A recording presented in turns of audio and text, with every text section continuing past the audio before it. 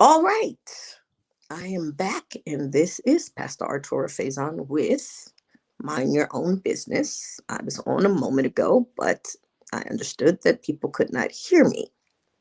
Hopefully, you can hear me now, and hopefully, you came back.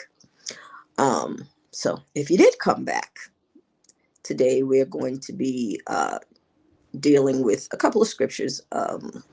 Starting with Ecclesiastes 11:4. Before I talk about that, as I was saying a second ago, I am praying that those who are joining me online are not just listening. If you are just listening, then this becomes, you may get some information, but it really is not going to help you if you are not actually doing the things that you need to do in order to bring your finances up under control. I am by no means a financial guru, um, but there are some things that I have learned.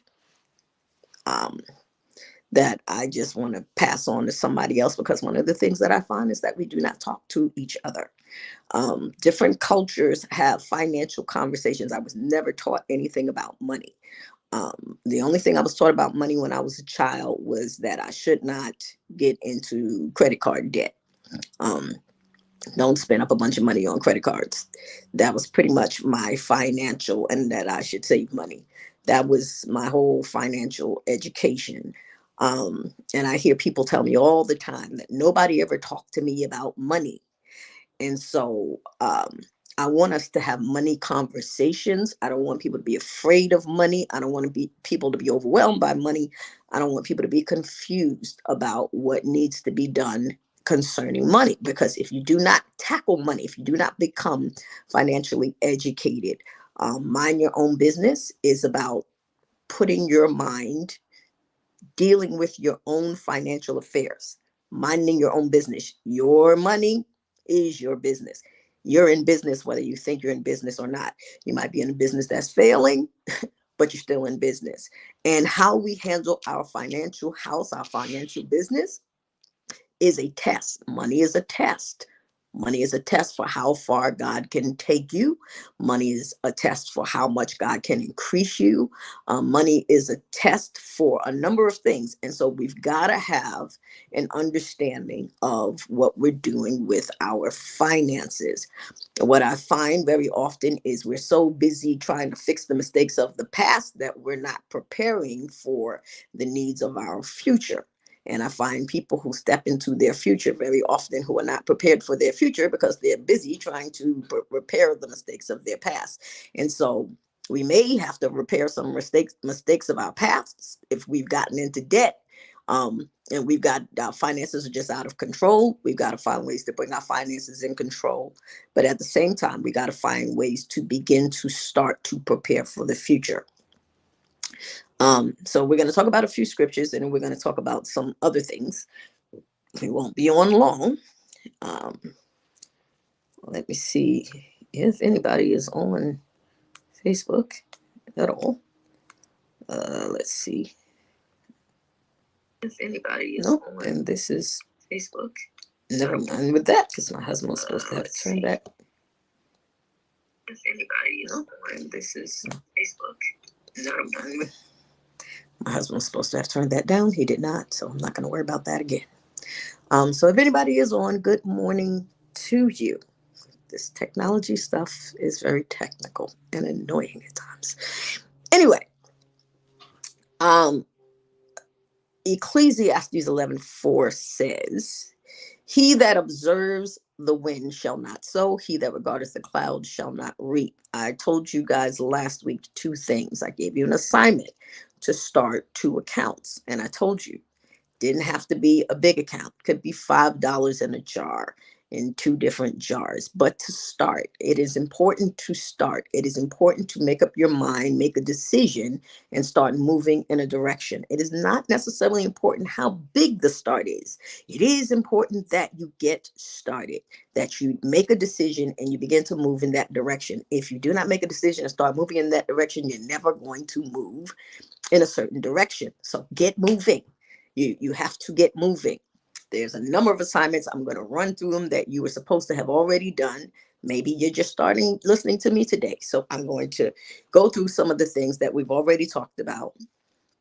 One of the things I challenged you guys to do was to get a notebook, some kind of a book, and begin to jot down all of the money that comes into your house.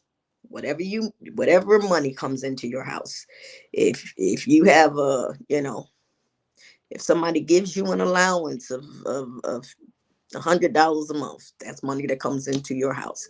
If you get welfare, if you get disability, if you get a paycheck, whatever it is that comes into your house, you should know what money comes into your house and then what money goes out of your house. It is very important that you understand what is going out of your house. You need to know what's coming in. You need to know what's going out. You need to know what your financial situation looks like on a monthly basis. You need to know everything that's paid every month. There's certain bills that are fixed. You know exactly, you got to pay the rent, you got to pay the phone bill, you got to pay, maybe you have to pay Con Ed, you got to pay a food bill. Certain things you got to pay every month. So you should know what those bills are that you got to pay every month. And then there are other bills. There's other money that goes out that is not necessarily definite money. We went to Wendy's, you know, we went to the movies, we went to the cleaners, we went wherever. You got to know where your money went. It's not just you got to know where your money went. Because if you don't know where it's going, then it'll be gone and you won't know where it went. Have you ever looked at the end of the month and like, where did all my money go? What happened to my money? I had X money, and then you're scratching your head like, wait a minute, what did I spend? And you're trying to figure out what exactly did you do with the money. If you put your money in a plan and give your money an assignment and tell your money where it can go, then it does not just go somewhere and you have no idea where it went. Your money has to be sent. If you don't send it, it will just be went. It'll just be gone. And then it will not have accomplished its purpose. Money has a job to do. If you're writing, and you should be, my money has a job to do. My money has a job to do. Money's been given to you to do a job. It has stuff it has to fulfill. Make sure your money is doing its job, or else your money will start doing a bunch of other things, and the main thing it was given to you to do doesn't get done. I know a number of people who, there was a sale and they bought this and they bought furniture and they bought something and they did this and they went to a party and they had a vacation and now they're behind on their rent. It's like, okay, you did all these other things, but now you're behind on your rent. Now you can't pay your rent because your money did some other things it was not supposed to do. And it didn't do the thing that it was supposed to do. And now you have a problem. So you got to make sure every single month your money is doing its job. Okay. So that's one of the things we told you to do.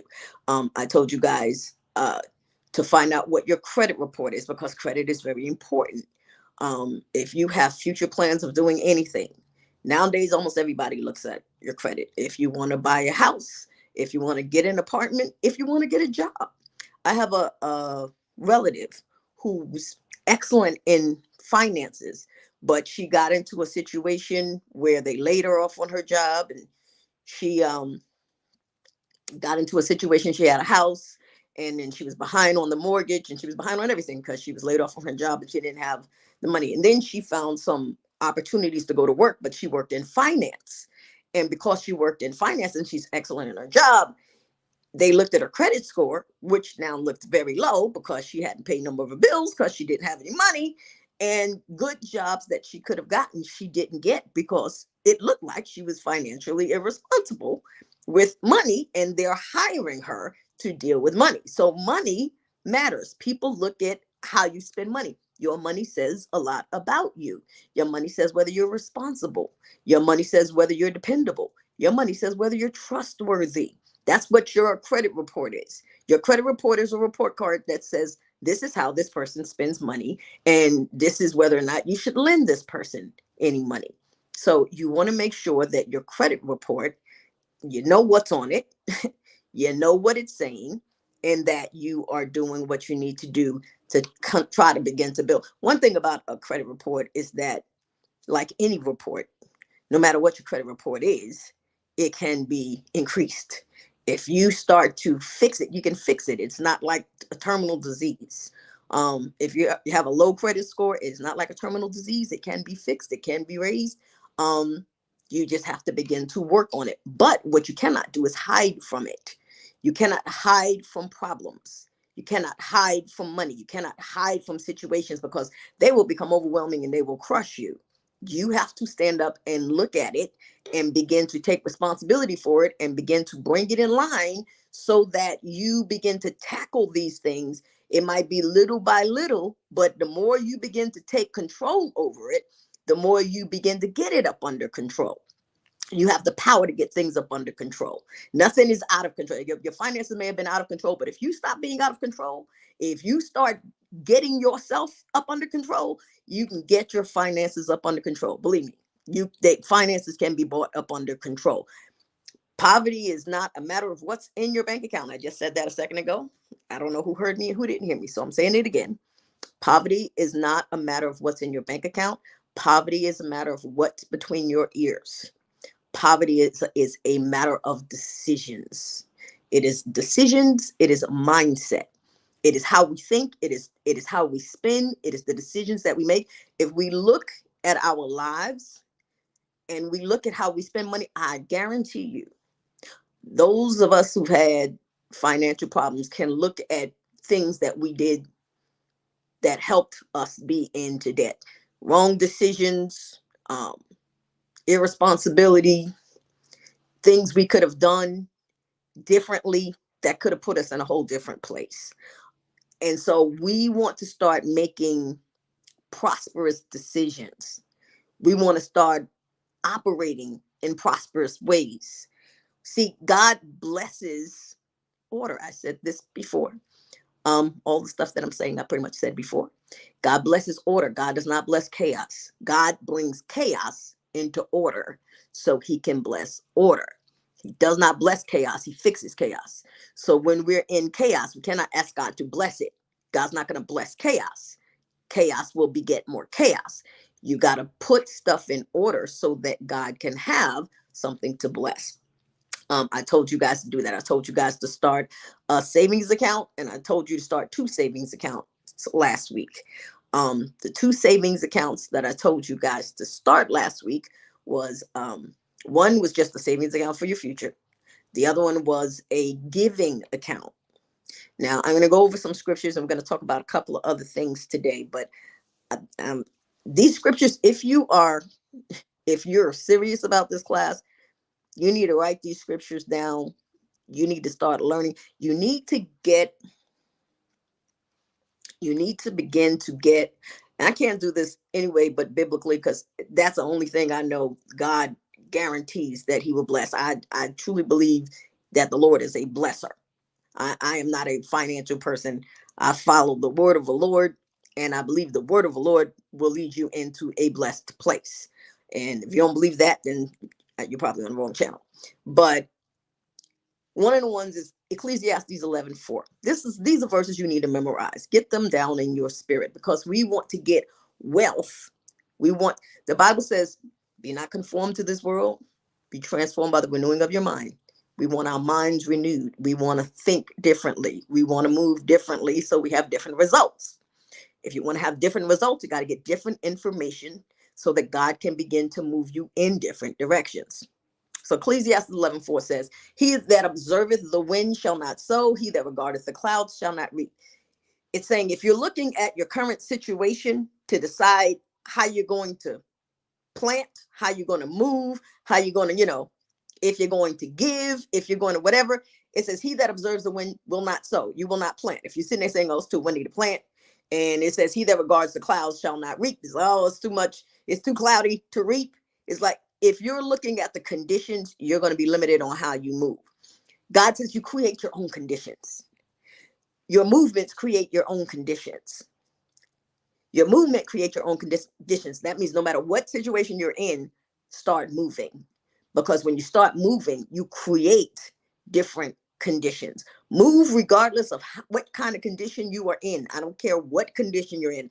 I don't care if you owe $75 million. If you don't start moving in a different direction, you cannot begin to shift the conditions into the directions that you're moving. So you're going to create your own conditions. You're going to create wealth by operating according to wealth, by thinking wealthy, by moving wealthy, by shifting the way that you function and the way that you operate.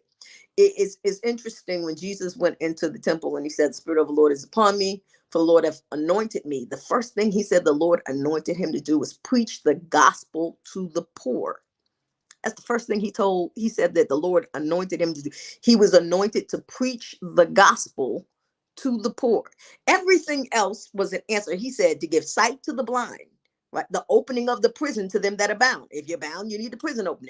If you're blind, he said to bring deliverance to the captive. If you're a captive, you need to be delivered. But he said, if you are poor, you need the gospel preached to you, because the gospel has the answers and the power to deliver you and bring you into prosperity. So I'm going to preach the gospel to the poor, because there are answers in the gospel that will liberate you from the mindset of poverty and bring you into prosperity if you will receive that. So he that observeth the wind shall not sow, he that regardeth the clouds shall not reap. Do not move according to the conditions of, don't move according to your bank account, move according to God's bank account. Move according to how God moves you to operate by faith. Move according to God's divine instructions, because God will give seed to the sower and bread to the eater. All right. Proverbs 6:6-8. Go to the ant, thou sluggard. Listen to this verse. Go to the ant, thou sluggard, consider her ways, and be wise, which have no guide, overseer, or ruler, provideth her meat in the summer, and gathereth her food in the harvest. Listen to what God says. He says, consider the ant. He says the ant understands, almost has no brain, doesn't have a guide, doesn't have a teacher, but the ant understands that in the summertime there's going to be a lot of food. And he says it has no guide or overseer. It provides her meat in the summer and gathers her food in the harvest. They understand, the ants understand, you know what? Let's take all this food in the summer and let's store some of it, because in the wintertime, there ain't going to be no food. There ain't going to be no picnic baskets. I can't go and gather all this food. So in the wintertime, I'm going to have to use the food that I stored up from the summertime so I can continue to eat. Ants understand this. God said, I put this information in the mind of an ant so that it understands when it has plenty, save some money, store up some money. So when there's nothing, you still have something that you can begin to move from. It is a system, right? They plan for it. When you learn how to plan for situations and circumstances, whatever it is that you have to face, plan for it. Plan for tragedies. They're going to come. Plan for vacations if you're going to take them. Plan for outings if you're going to go. When you plan for it and you begin to move and put stuff in different, you start putting stuff in different places because you're organizing your finances and you're planning for whatever it is that's coming. You may not be ready to step into everything immediately, but if you start just putting a little away, a little over time becomes a lot. A little over time becomes a lot. We have this dumb mentality. I listen to people and I talk to a lot of people. I've heard people have said things to me that to me are just kind of crazy. It's like, well, I don't have enough money to pay this bill.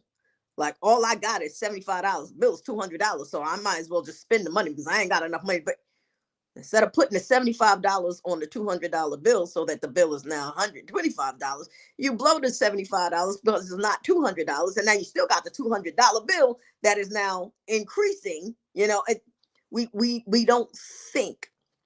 We don't think if we're faithful to do a few things, God will help us to be ruler. If you're faithful to do what you can, God will help you do the things that you can't do. But if you just shrug things off and whatever, then whatever. I'm gonna read a couple more scriptures, then I'm gonna talk to you guys about insurance. Today I want to talk to you about insurance. So let me read these other two scriptures. This is a very important scripture. Please, if you are a Christian, get this one down in your spirit. Malachi 3:10-12.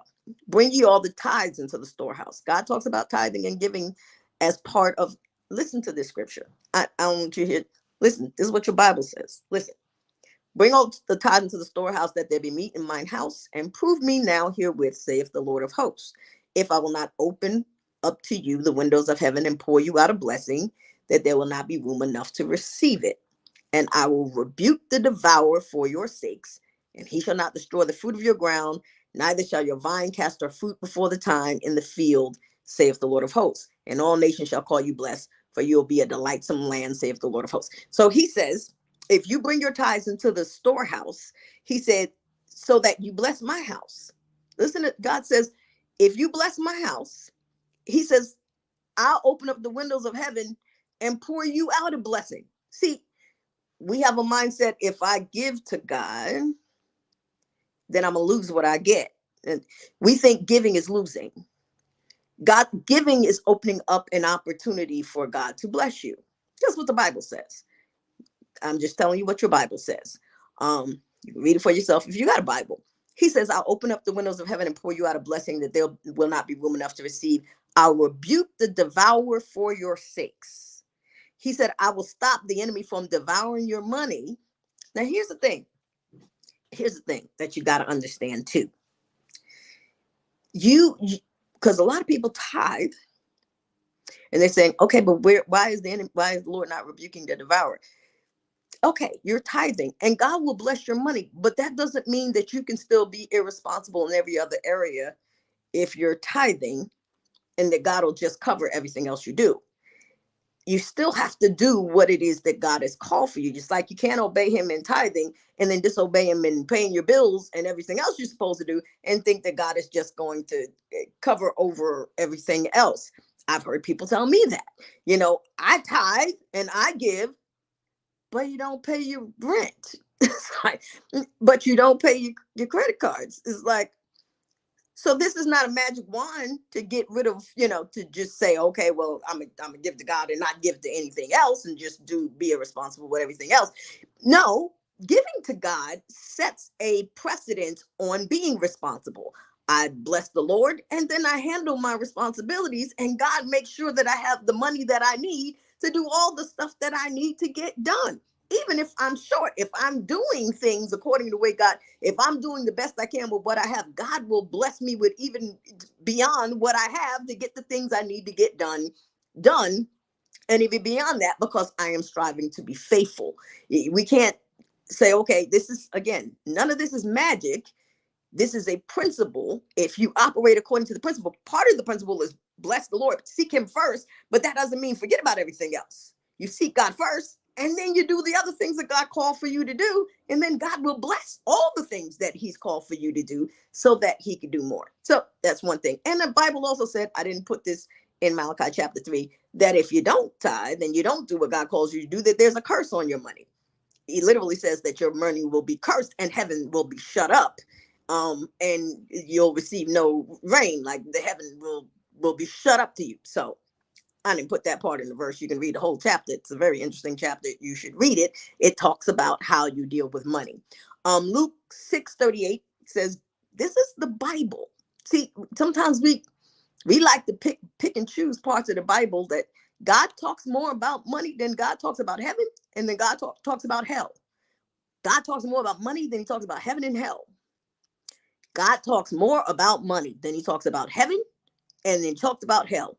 Money is a very important subject, and God speaks a lot about it. And you should find out, if you're serving God and honoring God and walking with God, you should find out what God thinks about money and what God says about money and the principles God has set in order concerning money. Luke 6:38 is the last one that I'm going to give to you, which says, given it shall be given unto you, good measure, pressed down, shaken together, running over, shall men give into your bosom. For with the same measure that ye meet, it will be measured to you again. This scripture is interesting because it says when you give, God will open up. God will make sure that if somebody, he said that men will give into your bosom. That means God will open up provision from somewhere else, somebody else, to make sure that you're provided for. I always say tithing blesses whatever it is that you have to do far more than it could ever do. Giving creates a whole different harvest. That's why I said you should have a savings account and you should have a giving account. You should have an account that you set aside to be a blessing to other people. God blesses blessers. That's what this says. Give, it says, and it shall be given unto you.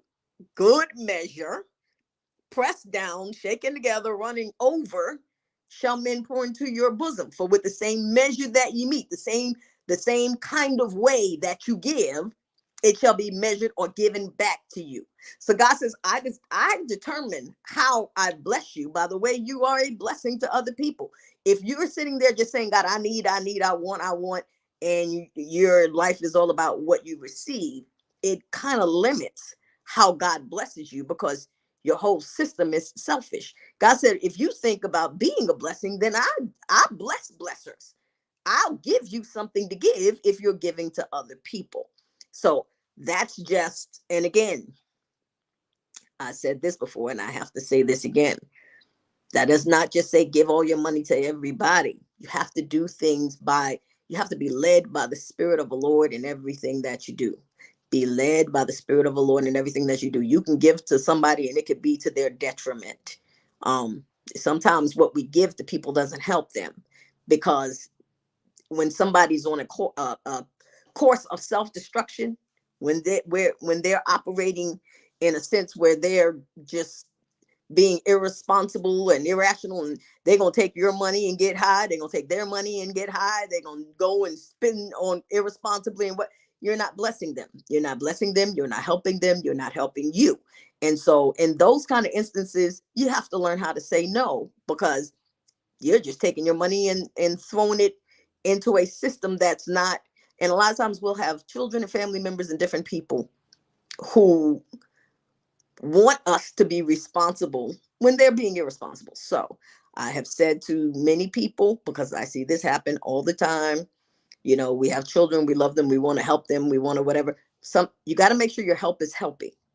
If your child is going out and they getting drunk, and if they're going out to the club and they going out with their friends and they going out, doing whatever, and then they come back and they don't have no money, they ain't paying no bills, they still broke, they then you're not helping them. And now you're broke, they're broke, everybody's broke, and they still need money, and they're not prospering. Your money's not helping them. It's one thing if it's one thing if you're sacrificing to help and it's helping. Sometimes people get into tight situations and you want to be a help, and even when it's hard for you want to be a help if it's a help. But if it's really not helping, you're going to be in the same situation again next week, next month, whatever. Then you can't keep investing. Just like God is not going to invest in something where we're constantly doing something that's detrimental. He's not going to give us more to waste. God is not like that. God is not going to invest in something that's broken. That's why I said God fixes chaos. He does not bless chaos. He fixes it. And then he can bless a system that is working. He does not bless the system. He does not put money in a soda machine that don't work. That doesn't make any sense. We should be the same way. We should not pour money into systems. Sometimes you got to let people hit the bottom, because if you don't let people hit the bottom, they're never going to look up. They're never going to ask God for help, because we get in God's way and we literally become God for people. And then they depend, and then we whine and cry and moan, like, we get angry and frustrated. But in fact of the matter is, we created a system where we're actually what do you call it, we're actually helping them. um I can't remember what the word is, but we're actually helping somebody in their dysfunction. And you got to make hard decisions when you're coming out of systems. We're not just coming out of debt, we're coming out of systems that create debt. We're coming out of mindset of debt. We're coming out of habits that create debt. We're clearing up holes that keep us in debt. And you gotta sometimes make some hard decisions and look at where your money's going. Look at how your money is flowing. And sometimes it's flowing in certain directions, and you got to make some hard decisions that when you're grown, you got to stand on your own 2 feet, and you got to start figuring some things out, because, okay, I've said that. Today, one of the things that I want to talk to you guys about is life insurance. Part of the things that we have to understand when we're talking about getting our financial house in order is life insurance. I'm talking about life insurance because as pastors, we bury a lot of people. And very often we bury people. My husband just did a funeral yesterday, and nobody had life insurance. We do. My husband does several funerals where nobody has life insurance. Um, in the Black community, maybe in a lot of communities, but I know in the Black community, a lot of times people just don't have life insurance, um, as if we're not going to die. And you're going to die at some point. If the Lord does not return, we are all going to die. And unfortunately, we have seen people from newborns to old people and everywhere in between, young people, teenagers, 20-year-olds, single digits, people die. Tomorrow's not promised to any of us. And part of being prepared financially is what happens if you leave here? What happens to your family? Are you prepared to leave here? Um, and so, as we're getting our financial, that's part of your financial health. That's part of your financial life. That's part of your financial responsibility, especially if you have a family. If you leave here, and nobody wants to leave here anytime soon, we all want to meet Jesus, but not this year, not next year. And the fact of the matter is, I know people who I thought would be here a long time that are gone. Um, are you prepared to go? Do you have life insurance? Some of us got cable, we got fire sticks, we've got, we got all kind of stuff. We got cars, we got a whole bunch of stuff, and don't have life insurance.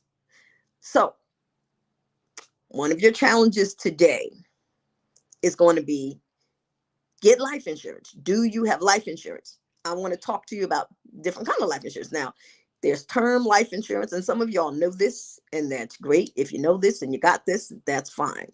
But unfortunately, I talk to a lot of people who just, even if they know this, don't really have this down yet, because they just tend to think that they have time to get these things together. Um, Life insurance, not only life insurance, here's another thing that you should have, either a 401k or IRA. 401k you get from your job. And some people will work and they may offer you a 401k, a TDA. That's a retirement account. You should have a retirement account, um, where they're taking money out of it. And we don't want people to take money out of our check, right? Nobody wants people to take money out of your check, because you need all of your money. You need to spend your money. But if you're not putting money away for the future, guess what? The future is going to come. I'm 57. I remember when I was 16. I remember when I was 18. I remember when I was 120 pounds. I remember when I was bad. That was a long time ago. Time moves quickly. It was September, it's May, it'll be September again in a minute, it'll be Christmas again. Time moves quickly. I don't know if anybody else is noticing this, but time seems like it's moving rapidly. When I was a kid, it seemed like time took forever. Now it seems like you turn around, it's another month, it's next month, time is just moving. One thing for sure, if you live, you're going to get older, and getting older is quick. My kids was babies. Now my youngest baby is 26 years old, and my middle baby is 28 years old, and my son, who was a baby, is 37 years old. Nobody's babies anymore. Everybody's grown with cars and moving and all kind of stuff. Time moves quickly, and so you want to be prepared for. So you want to make sure you have a retirement account. If you're working, you should have a retirement account. And if you have your stuff together, and okay, praise the Lord, if you have kids or you know kids, see, I'm not just giving this information because sometimes we have stuff that we don't share with the younger generation, and they have time. They have the benefit of time to get some things together. If you're old and you don't have as much time to get it together, so you got to get it together quick. But if you know younger people, they have the benefit of time to get stuff together. So speak to young people, your children or whatever, help them get their financial house in order. I have my youngest daughter, Artene, my oldest daughter, Avalon. Her job has a 401k and all of that. So that's great. She's got insurance. My youngest daughter, she works as a um, waitress for the Cheesecake Factory. Now she makes great money, makes nice money. She brings home a lot of money, but she does not have health insurance. She doesn't get 401k. And so she has to understand, and I speak to her about this all the time because I try to have financial conversations with my children so that they are not ignorant by the time they get older. um, you need a retirement account if you've got to create your own. IRA is creating your own retirement account if your job does not offer you one. You should create your own retirement account because you need to put some money away for your future so that you're not like a lot of people that are up here at the Walmart working at 80 and 85 years old, still bent over and walking around hanging stuff on the racks because they still need extra money in order to live. You should have some kind of retirement account. You should know what that is if you have a job. If you don't have a job, create your own. Create an IRA. Look online, find out how do you create an IRA. What is an IRA? Look it up. Everything is online, but I'm telling you that's something that you need. You need to have a retirement account for when you retire. Even if you're not working, you need to have some money that's saved up for later on, because later on it's going to come and you need to have some kind of backup plan for once your finances end. So that's another thing I want to talk to you guys about. Make sure you have some kind of retirement account. I told you last week, we're going to go back to insurance in a second, but I told you last week uh, about two savings accounts, which I thought were pretty good. One was at Spring Bank. Spring Bank is in the Bronx and Harlem. You can look it up online, Spring Bank.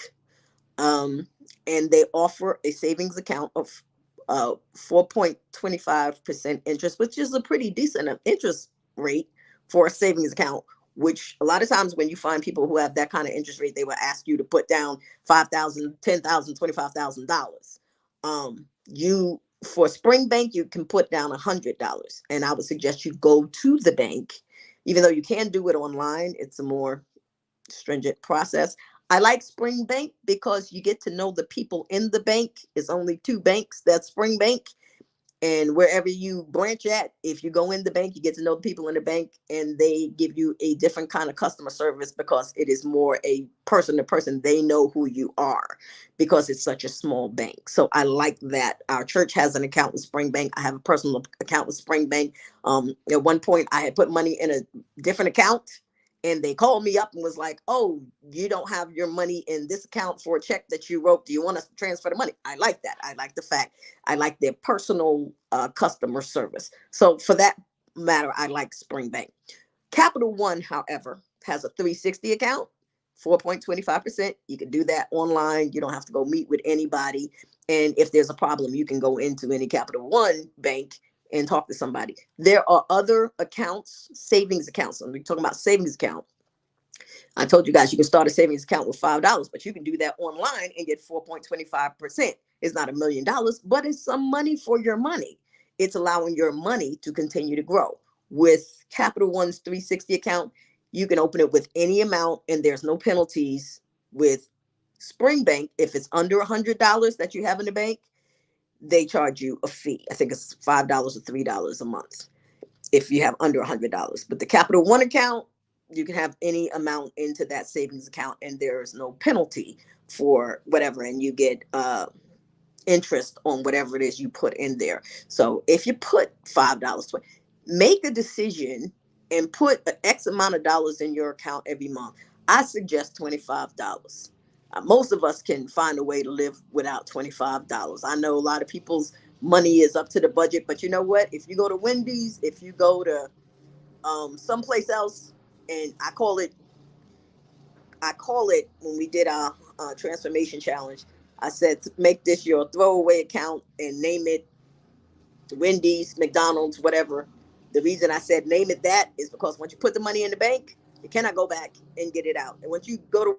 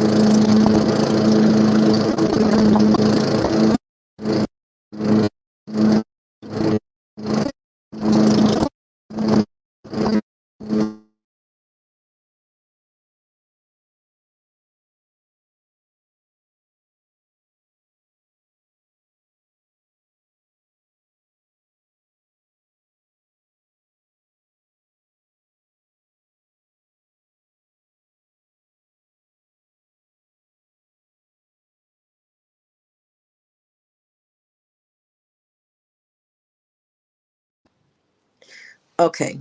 I don't know if you guys can still hear me or not.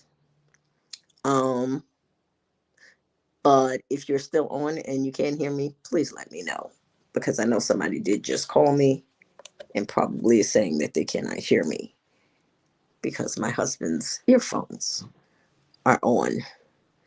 Um, anyway, I'm going to go through term insurance and whole life insurance again. If you have whole life insurance lasts you your whole entire life, but they give you less money for more. The benefit of having whole life insurance is that if you have whole life insurance, um, you can borrow from your insurance after a while.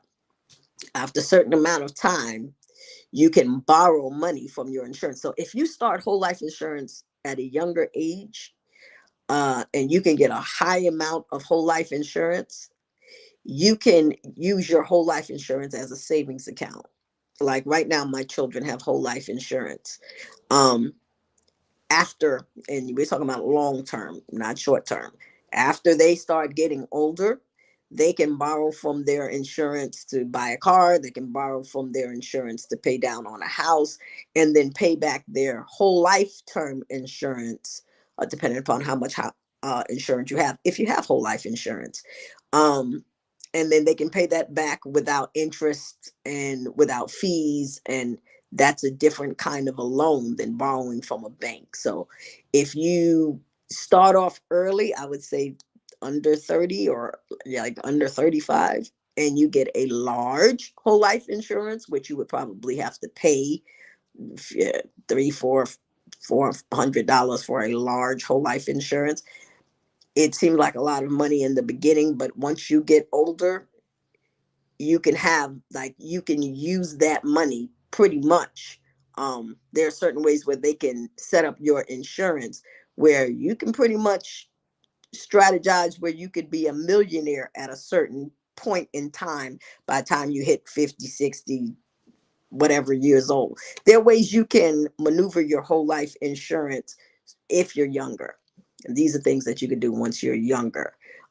If you're older, you just want to make sure you have some kind of insurance in place so that if something happens to you, whatever needs that you have, if you have family, if you have children, if you have whatever, it's taken care of and everybody's kind of not scrambling in your absence. But we do want to make sure that that's something that we have in place, that we have life insurance set in place, no matter what situation that we're going through. So that's something that I'm challenging you guys. If you do not have any kind of insurance, and I don't sell insurance, but you can look online, you can, there's all kind of ways that you can, I'm sure they send you all kind of little notices. They send me notices all the time about life insurance. If you don't have life insurance, if you're young, you can get term insurance for pretty cheap.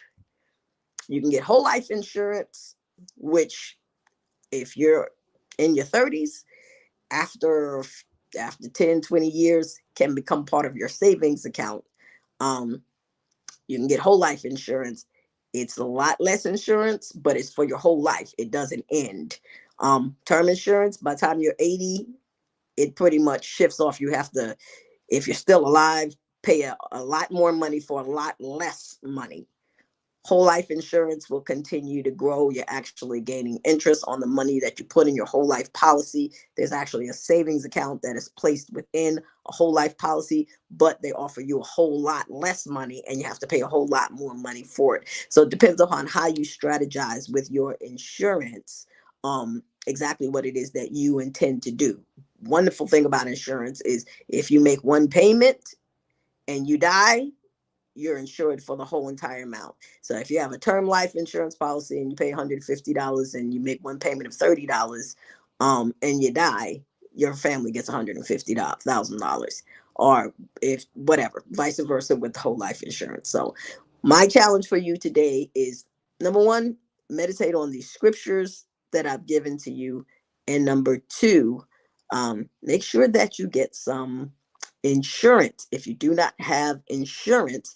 And if you are younger or you know somebody that's younger, find out the benefits of getting whole life insurance and how you can use whole life insurance as a savings account for the future that can help you instead of having to go to a bank once you get older and you want to buy a house and you want to buy a car and you want to do different things. You can start, if you know someone who's younger, you can start putting them in position now, um, through how they strategize their insurance to help them out to borrow from themselves. Also, making sure that if you work or if you don't work and you don't have any kind of retirement plan put in place, that you create either, you either have a 401k and make sure that you have that set up, or that you create an IRA, which is your own personal savings account, to make sure that you're beginning to do something towards your future. All right. That is all that I want to talk to you guys about today. Thank you for tuning in. And prayerfully, I will talk to you guys again next week. All right. Have a blessed day. Goodbye.